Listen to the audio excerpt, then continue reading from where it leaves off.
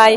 Hello everyone, and thank you for so much for joining ごめんなさい joining me my session today. Thank you very much. So my name is Naoko Amano, and I am owner of Yellow Banana Academy, and my school is in Kishiwada, and it takes about 15 minutes from by car from here. Yeah. So I'm going to talk about creating new value in Japanese education. Yes. Okay. All right. So I know that many of you know about me, but let me start by introducing myself. I started teaching neighborhood children in a room of my apartment. The first students are only 3 students in my apartment. Yeah. And then in 2009, by 2016, I had grown enough to open a dedicated classroom, and I opened Yellow Banana Academy officially. And then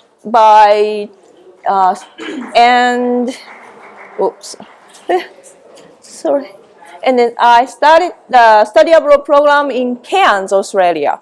So I send some students to Cairns in spring every year. So which is one of the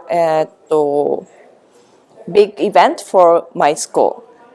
Yeah, and then I launched the YBA Study Club, and this is the self-study support club, and not only English but also the other subject. And our students, the university students, they grown up here in YBA, support them. Yeah, and then in March, I'm preparing moving to a new location. So yes, so it's quite big place, and we have a lot of parking lot. So I'm so excited now. Yeah.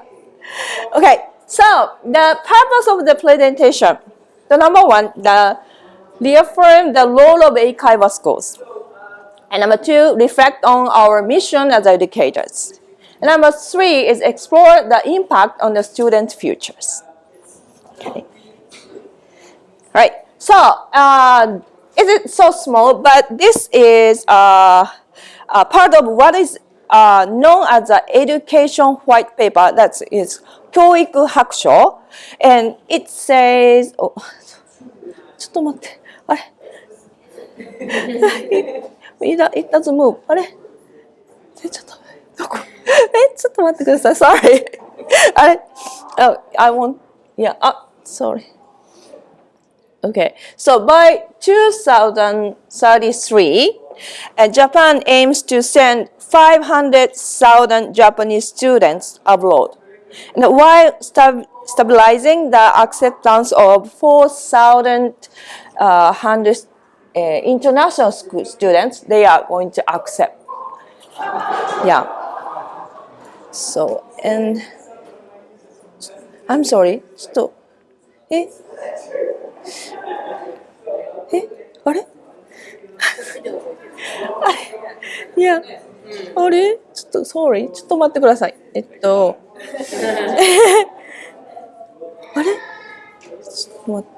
っと待って。Sorry. I want to see. Okay. カンペ。Yeah, I want to see. カンペ doesn't move. Why? Okay, 出ました。Sorry.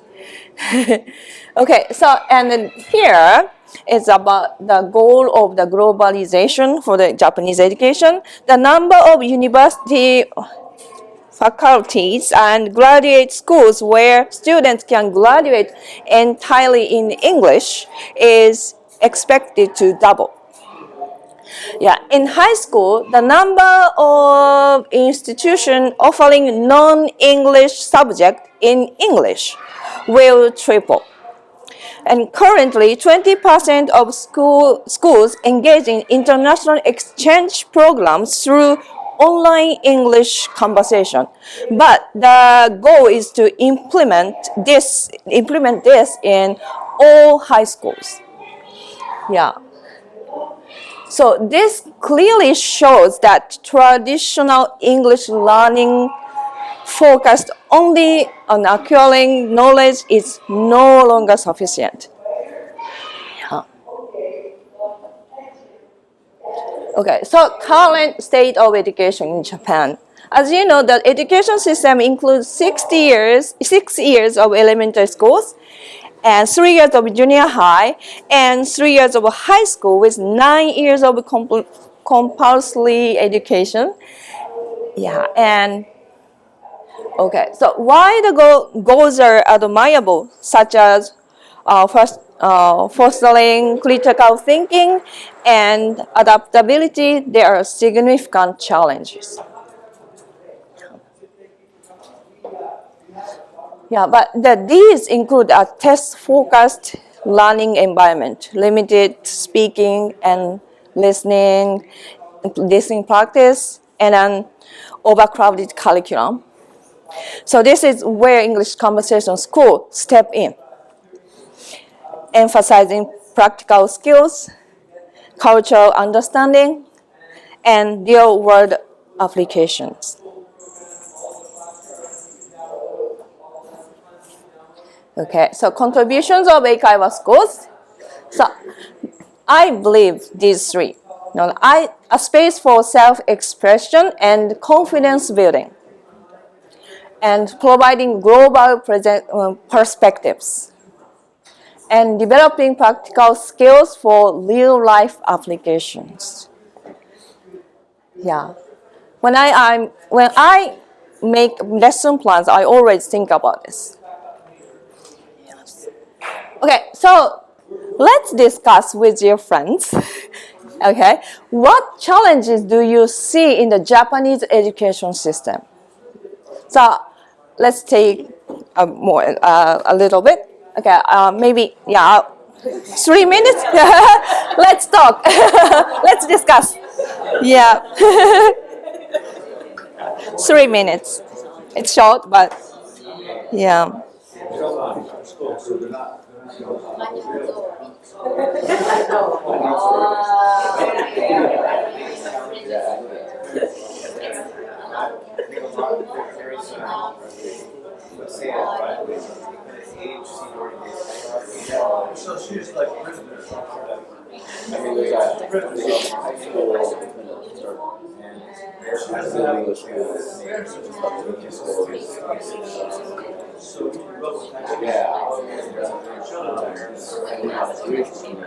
Like we had our the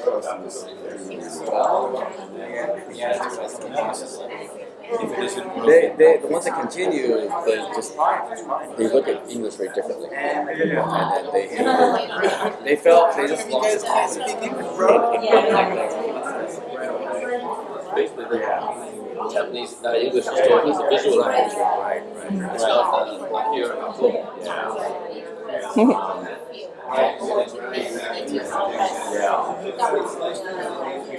To be like same as everybody, all right? Japanese education, and also I used to work at public school, and I think that's also Japanese good culture. So it has a good side and bad side. So like even people are really care about how people see. Like Japanese people really care about like how other people think. So that's why we can say like a lot of opinion, I think. But that makes you appreciate.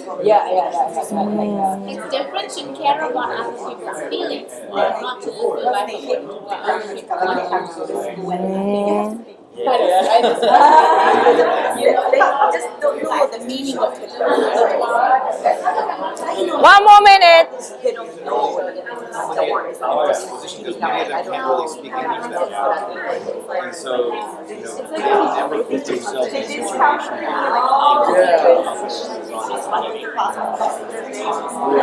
the problem is we're good at English.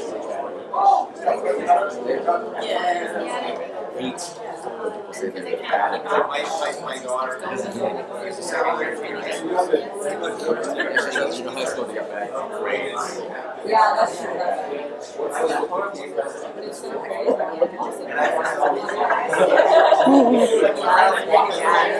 I had to I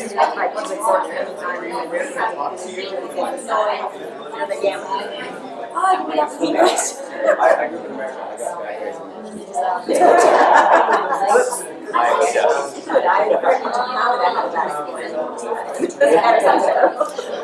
Okay, thank you very much. Yeah, so it's really so very energetic. Are there anything you want to share about like Japanese education? So is there any interesting topics or something? Like your spokesperson. He's going to be our spokesperson. Please. English is taught as a visual language.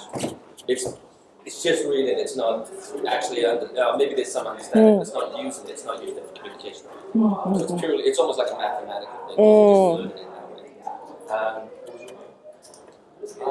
I think that there are some systemic limitations to change in Japan, particularly because there's a seniority-based hierarchy in education where senior teachers have a lot of sort of control over how new things are implemented, and there is, I think, a really poor awareness that those teachers have about like the limitations or shortfalls that the current system has, and therefore they're unwilling to make any changes to make things better. So that's also a big problem. Have you ever taught in public school or so many? So do you have? I'm bleeding.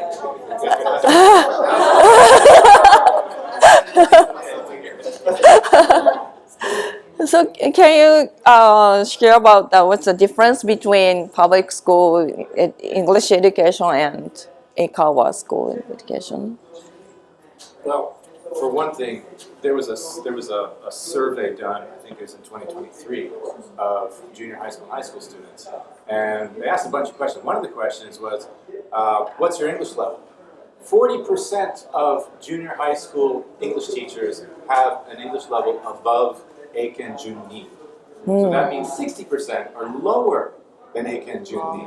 And they're asking teachers to teach 100% in English, teach communication skills, teach kids, don't focus on accuracy, focus on fluency. Teach them all four. Actually, they split it into 5 categories now of learning of language skills, because they split English, they split speaking into conversation and presentation.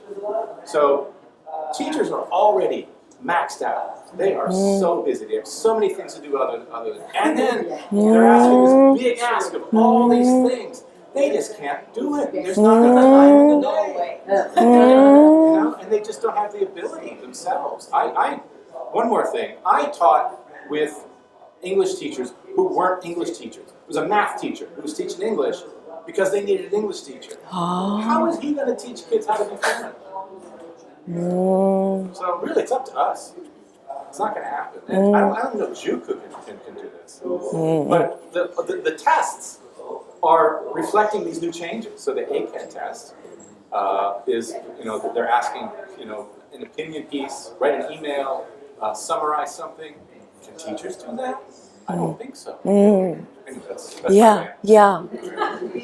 To add on to that, I think there's also a culture in Japan where teachers occupy a very special position in Japanese society where they are the quote-unquote knower. And they should know everything, they should be perfect, they should never make mistakes. And so when you put them in a position where there's a potential where they might fail or make a mistake in front of their students, they're not going to run that risk, and they're going to stay in their comfort zone, and they're going to maybe teach predominantly in Japanese, and they're going to stick to the things that they know, rather than taking risks and trying to do these new things that they're being pushed to do too. Yeah, thank you very much. Those story, maybe we can see the place where. So the reason why we are here. So I think I can see it. Thank you very much for sharing. Okay, right. So another discussion. Okay, so I think there are so many of you is from different country to teach to come to Japan? And what gaps or surprises have you experienced as foreign instructors? Or for the Japanese teachers, maybe you have some experience studying in abroad. So what is the difference between Japanese education and what is the gaps? Yeah, let's talk. Yeah.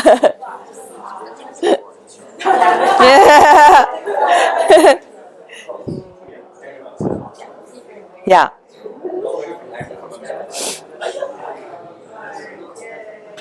My father I have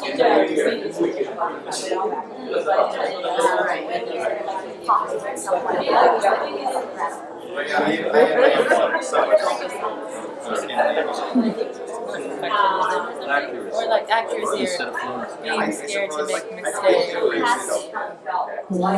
I can say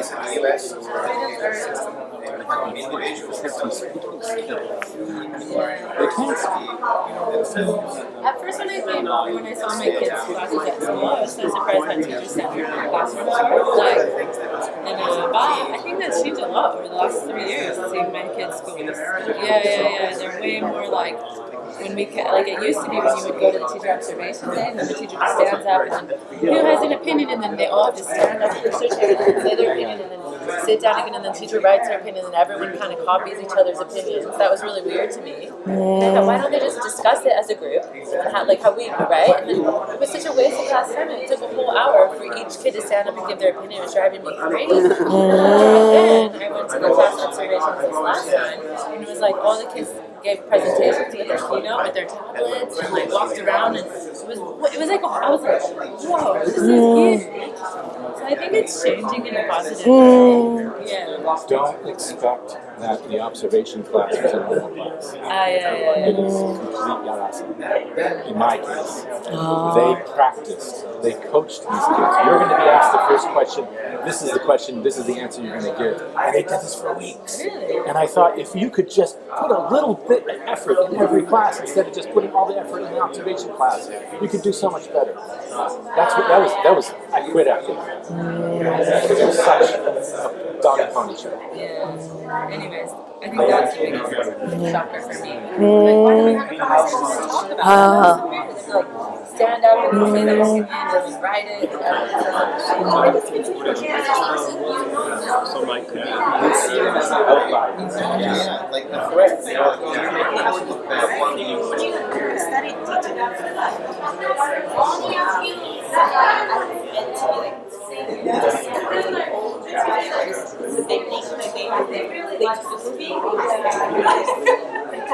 Then what happened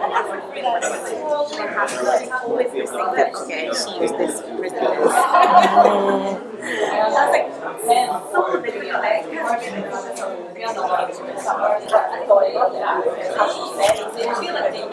Okay, thank you very much. I think there are so many things if you feel. Yeah. I heard some interesting story. Katie, can you share your story? Yeah. Okay, so. Okay, so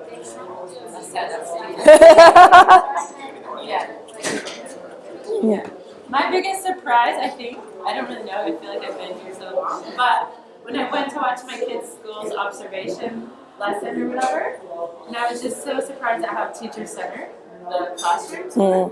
So like the teacher would ask a question and then the kid has to raise their hand and the teacher calls them and they have to stand up and push their chair and say the answer and then the teacher writes their answer on the board and then they sit down and then the next kid raises their hand and stands up and says their answer. So just to give, for all the kids to give one opinion, it took the whole 50-minute lesson. 30 kids? Yeah, and for me that was like, this is so, why don't they just discuss it amongst their peers and then have a speak like we're doing now. I just thought it was such a waste of like time and it was like kids are just kind of copying each other's answers and not really sharing their true opinion. That's just how I kind of viewed it and that was a surprise to me. And I was also very bored. So Mm. how did kids feel? That's boring. I was like trying to like stay focused. So, but this most recent class observation, it changed a lot. And the kids had like great presentation, went around, and they had like I got ideas for my part of it. Like so, I think it's changing, and the classes were doing things more in pairs and working together. So, and I'm not saying that the Western way of doing it is better either, but that was my surprise. Yeah. So I think maybe in the Western way, kids will get left out or they won't say anything, but this makes sure everyone gives. I think there's different ways of looking at it, but that was my surprise. Oh, thank you very much. Yeah. Do you feel the same? It is. Yeah. It's for the camera. Yeah.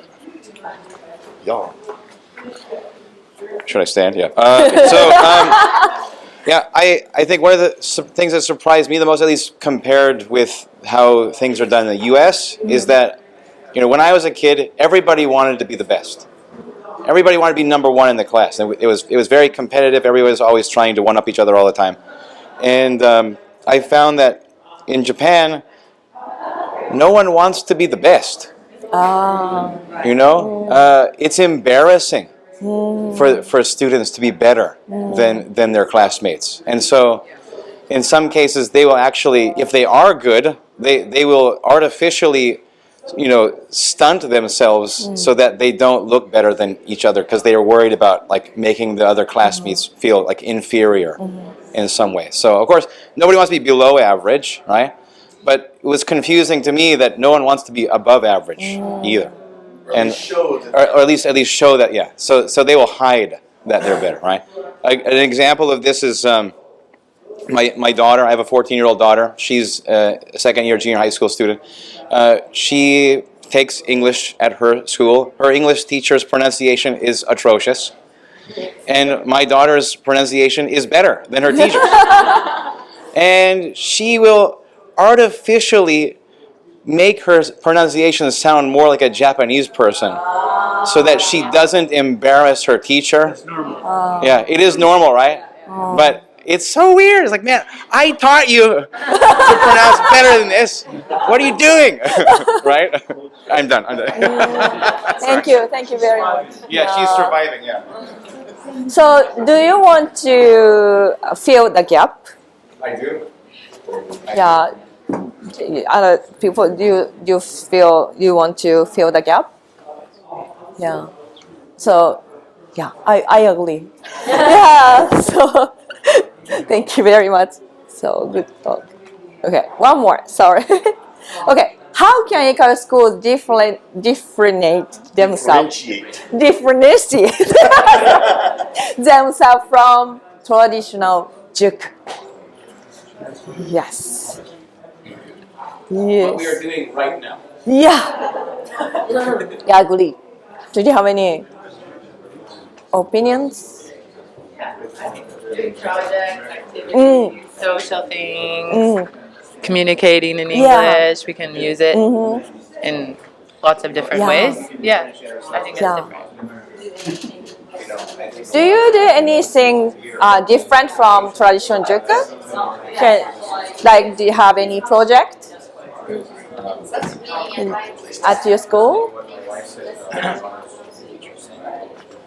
Can you share? No? I can't hear.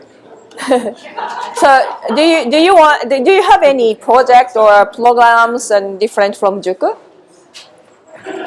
What? Yeah, like camp, summer camp. Yeah. Anyone, can you share about your schools? No? お願いします。EIKAIWAs can kind of go into teaching different styles for different types of kids. So instead of everyone teaching the same thing or learning the same way, an EIKAIWA can be more specialized in different things that suit certain types of kids. Kind of like niching down on each one. Oh, yeah. Nyoman? Oh, okay. Thank you. We don't teach 30 kids at a time. Oh, yeah. So we can differentiate, and we know our kids better than the teachers can, I think, I hope. Yeah. we're able to do things. We're more flexible. I mean, if you have technical skills, you can use Moodle, and you can supplement your classroom activities with online activities, things like that that the teachers aren't capable of because they don't have the time. They have to, they do club and they do paperwork and all that other stuff. Thank you. Rich will be speaking later, by the way. Be sure to check it out. So in my school, I choose the textbook, no Japanese. Yeah, so I don't choose the book with Japanese. So I was surprised about my bookshelf. So I divide the kind of the books like textbook and a workbook and Eiken and Juken.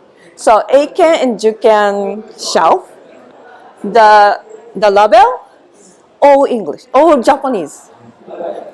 It's English book, but it's all Japanese. I was so surprised. I want to hide it. Yeah, thank you. Okay, all right, so let's move on to the next.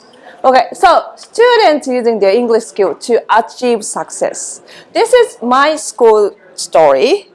And this is Momo, and she goes to IB programs, and she graduated high school this year, and she is going to the university in Malaysia with her English skills.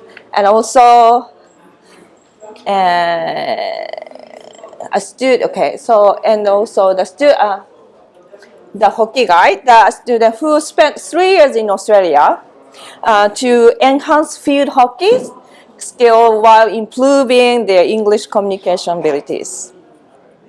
And this is the Towa, a student who participated in the BMX World Championship, and he demonstrating how English helps them connect with athletes worldwide. So he is very friendly and he talks everyone, and he talks about his experience, and he said, 英語いるで、絶対いるで。So that's really encourage other students to learn English, and then going to English school is really meaningful. Okay.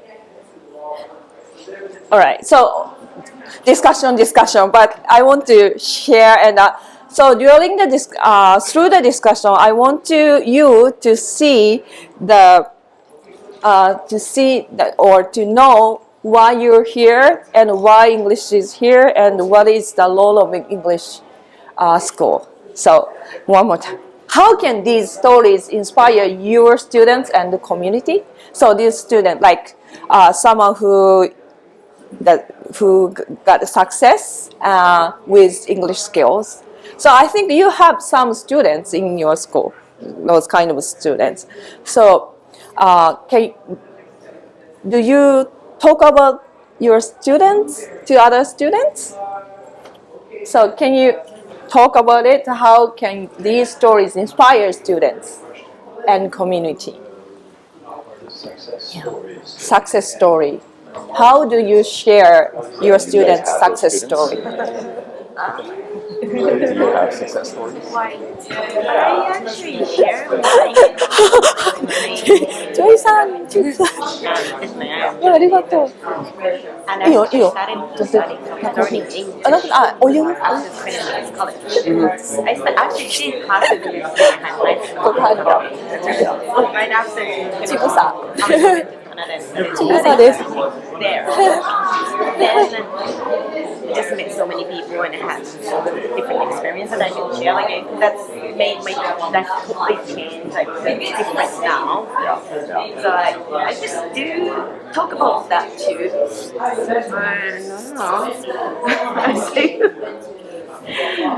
I don't know. But it's, like the people, the high school students asking me, how do you build a vocabulary? So like, don't work in the vocabulary blocks. Just label everything you see. That's what you need to know. you know the difficult word, but you don't know how to say this one, and that's the problem, right? Okay, I'm sorry. I'm a little bit run out of time, so 1 minute, only 1 minute. Yeah. Okay. So I was just telling them like what I did, my experience, like yeah. I don't have any good students. But they're young still. I know, yeah. We don't have any like adult students or like we do have like students have like one who's become a doctor. But whether he came to my school or not, he would have been a doctor. I don't know how much I can like say I helped him. Yeah. And like he studied English with me, but also on his own. Right. You know, and so we could use them, but if you study with me, you'll be a doctor. We do use like the little kids, like our junior high school students will help us out with events, and they'll volunteer and things like that. So we do tell the little kids, the Inenses, that once you get older, then you can help us out with these events. So that still more kind of the community building, not so much the English part though.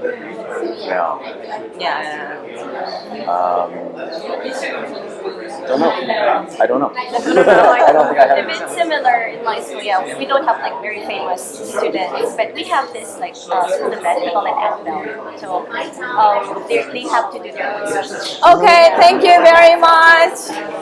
Tell them like Stop. Okay, stop. the older kids. That's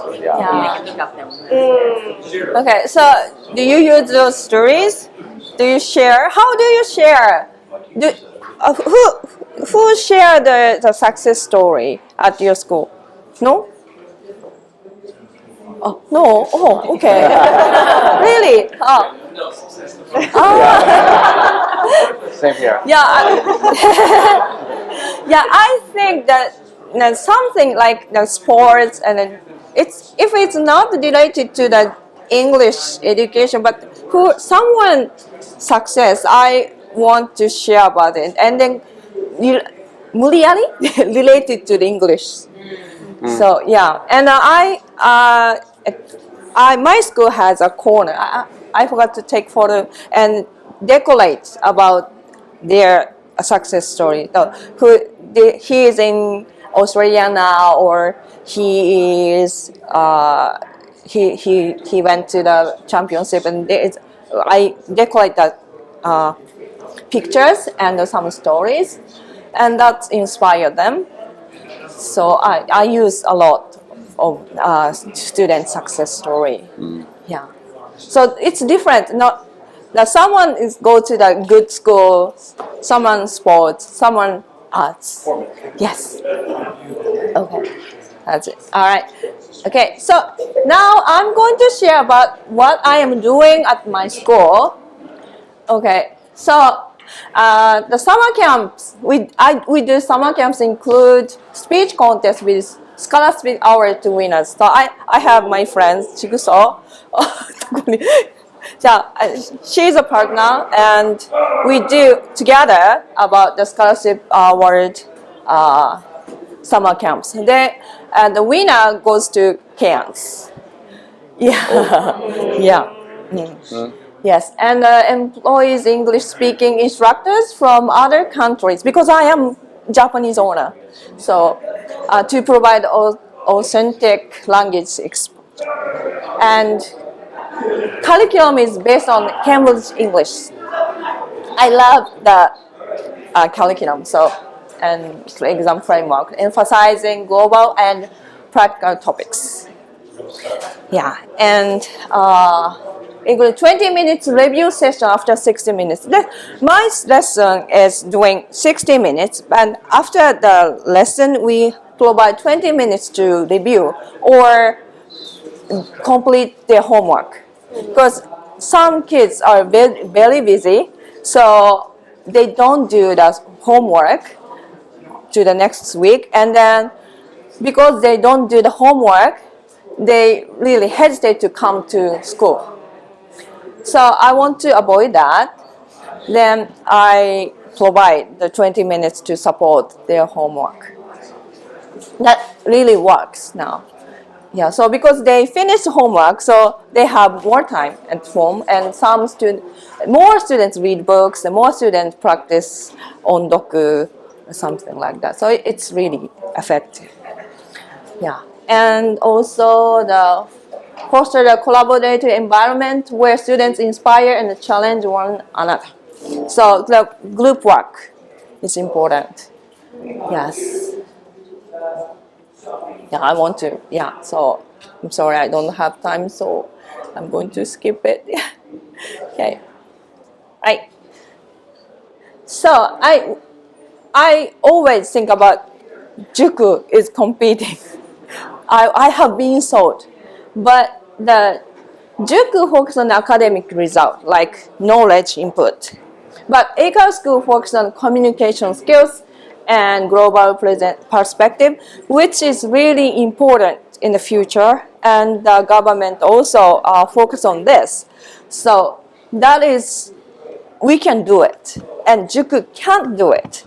And the more and more parents notice about it, starting to notice it. So we can talk, we can emphasize this to the parents. So I think it's important to let the parents know about that. Yeah, that's it. Thank you very much.